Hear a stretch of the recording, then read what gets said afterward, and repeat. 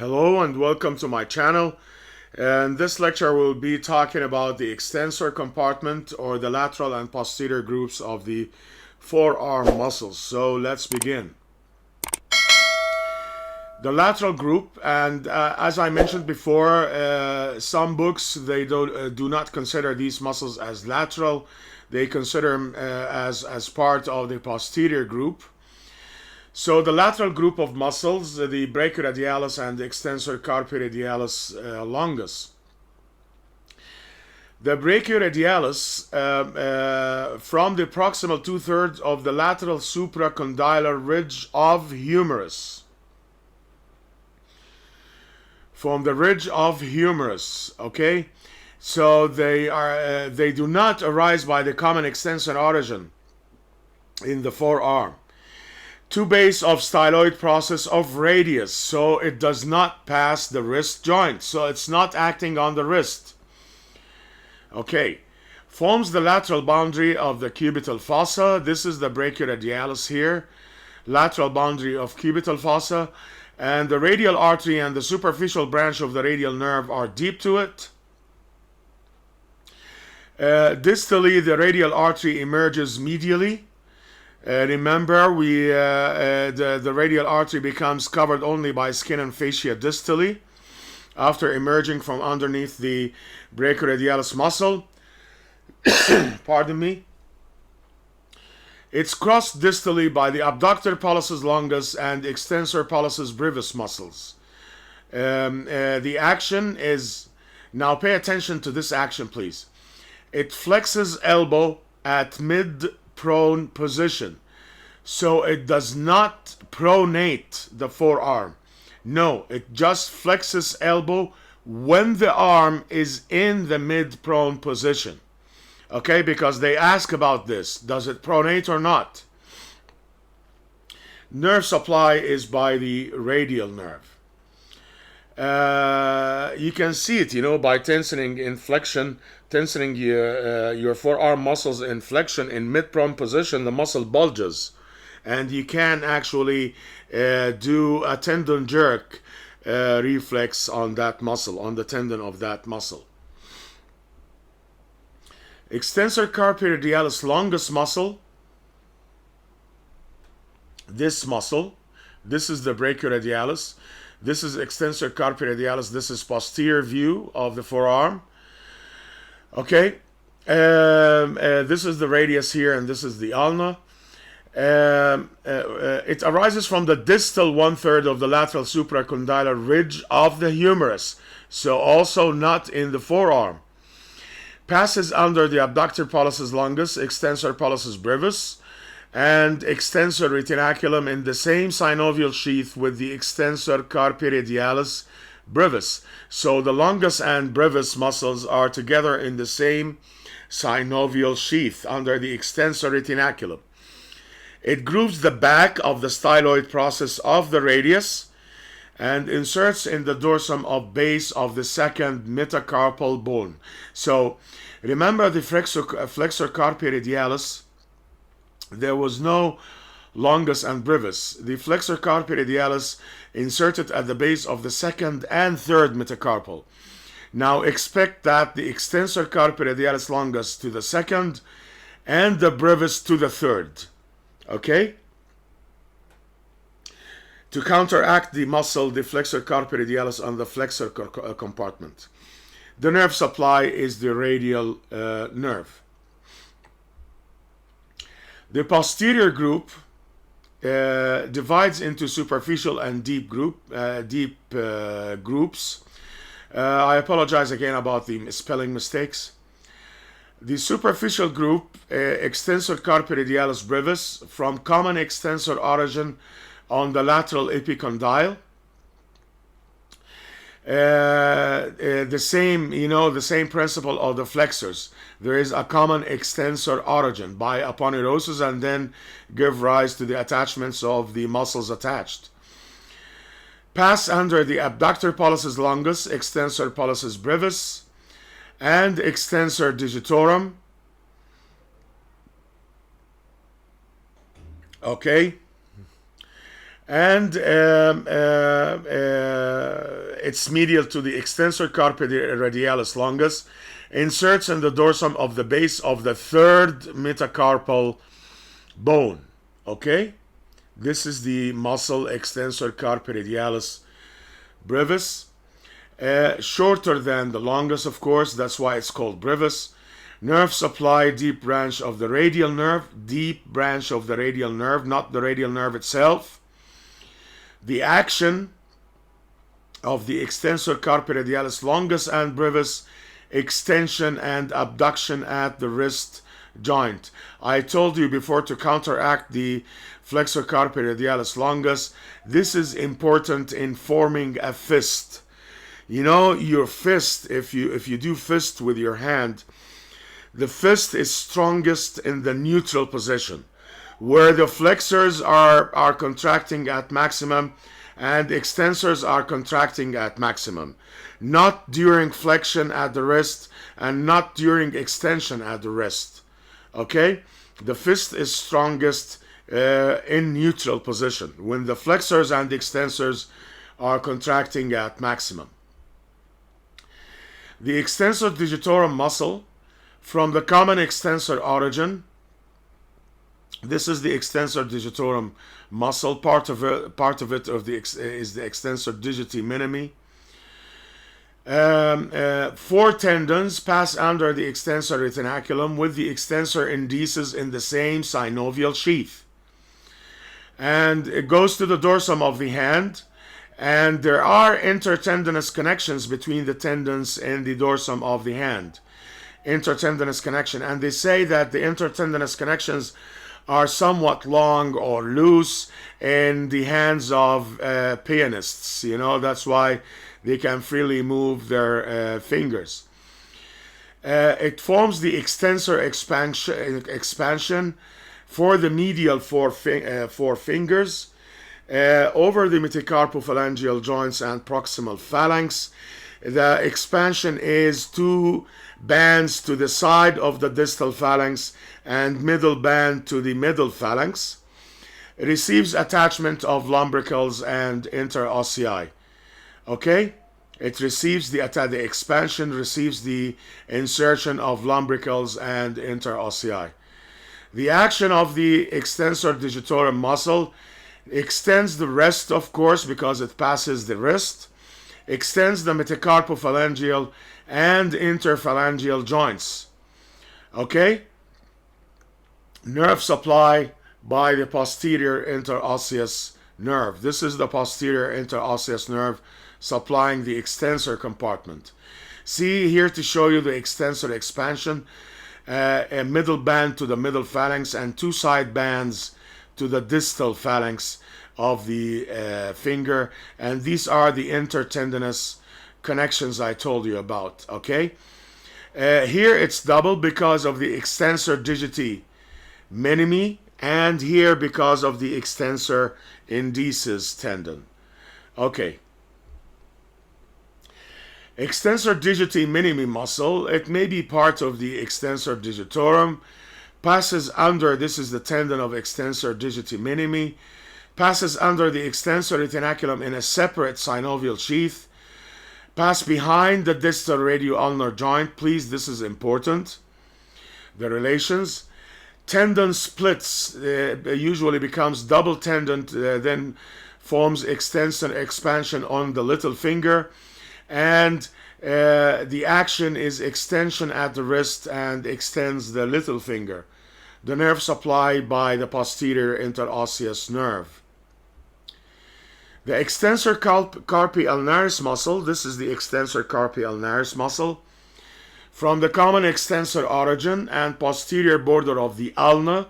Remember the aponeurosis shared by the extensor carpi ulnaris, the flexor carpi ulnaris, and the flexor digitorum profundus. It passes under the extensor retinaculum, grooves back of the ulna, of the head of the ulna, lateral to the styloid process, inserts into a tubercle of base of 5th metacarpal bone, does not reach the phalanges. The action is extension and adduction at the wrist, and the nerve supply by the posterior interosseous nerve. The Anconeus muscle, it's a small triangular muscle considered as part of the triceps that migrated down, and the proof to that it's covered by the fascia of the triceps. It arises from common extensor origin and inserts in the posterior border of ulna and olecranon. The action is assists the triceps in extension. Well, yes, okay, it assists in extension. Very weak action, and abducts the ulna in pronation, increasing the degree of pronation by abducting the ulna. The nerve supplied by the radial nerve. The deep extensor group, the supinator muscle, see, it has a humeral head from the common extensor origin and an ulnar head from the annular ligament and the supinator crest of the ulna. It totally covers the head of the radius, by the way. Inserted on the radius till the pronator teres insertion, see? It encloses the head of the radius. The deep branch of radial nerve passes between the heads, or some describe it as piercing the muscle. The action is supination, of course, and the nerve supplied by the deep branch of the radial nerve. Well, what's the difference between the supinator and the biceps brachii? The supinator is the irregular, ordinary supinator, especially in the extended arm, extended forearm. Okay, but I told you about this, to do this experiment before.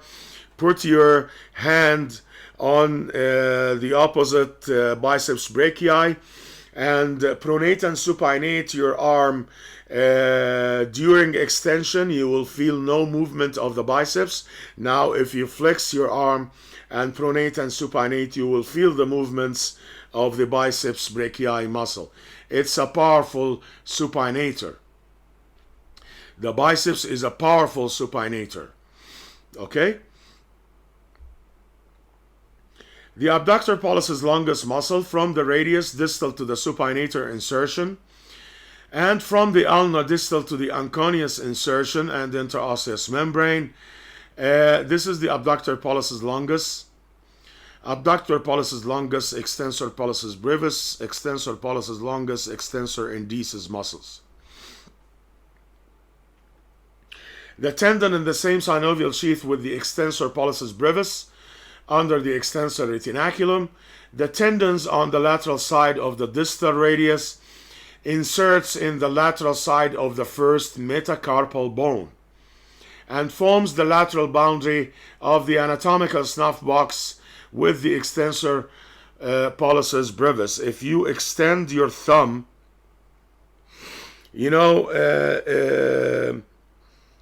tendons will bulge at the base of the thumb.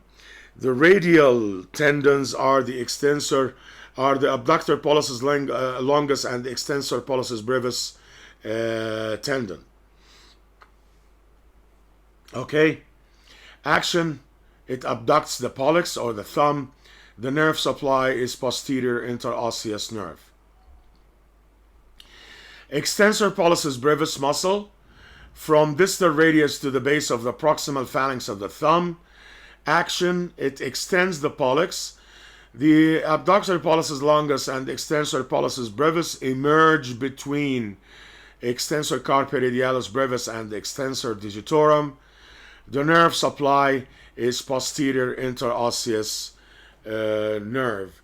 I apologize for the amount of information, but it's just, dull information because it's only origins and insertions, so you must learn them by heart.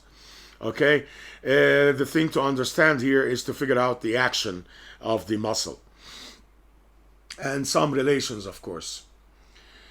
Extensor pollicis longus muscle, this muscle, from the ulna below the abductor pollicis longus, ulnar head, grooves the medial to Lister tubercle.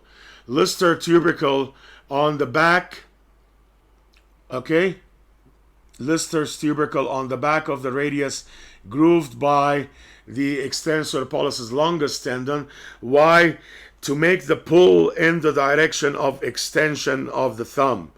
The muscle coming vertically down in the forearm, and then the Lister's tubercle will act as a pulley for the tendon to change its direction in the pull of the extension of the thumb. Now, if there's a fracture of Lister's tubercle, the tendon will, bulge laterally or go laterally, and will not change its direction abruptly like it used to be with the Lister's tubercle. It inserts in the distal phalanx of the thumb, extends the thumb, of course, and its nerve supply by the posterior interosseous nerve. Anatomical snuff box. This is the anatomical snuff box. Pay attention, this is lateral and this is medial because the anatomical position of the hand is supination. So this is lateral, this is medial. So the extensor pollicis longus tendon is medial. The abductor pollicis longus and the extensor pollicis brevis is lateral. The floor of the box is formed by the scaphoid and trapezium bones and the base of the first metacarpal with the radial artery. You can actually feel the pulsations of the radial artery if you press your finger in this anatomical snuff box. You will feel the pulsations of the radial artery. The roof is by the superficial branch of radial nerve and skin. If you roll your fingers on these tendons, you will feel the branches of the superficial branch of radial coming this way to supply the dorsum of the hand.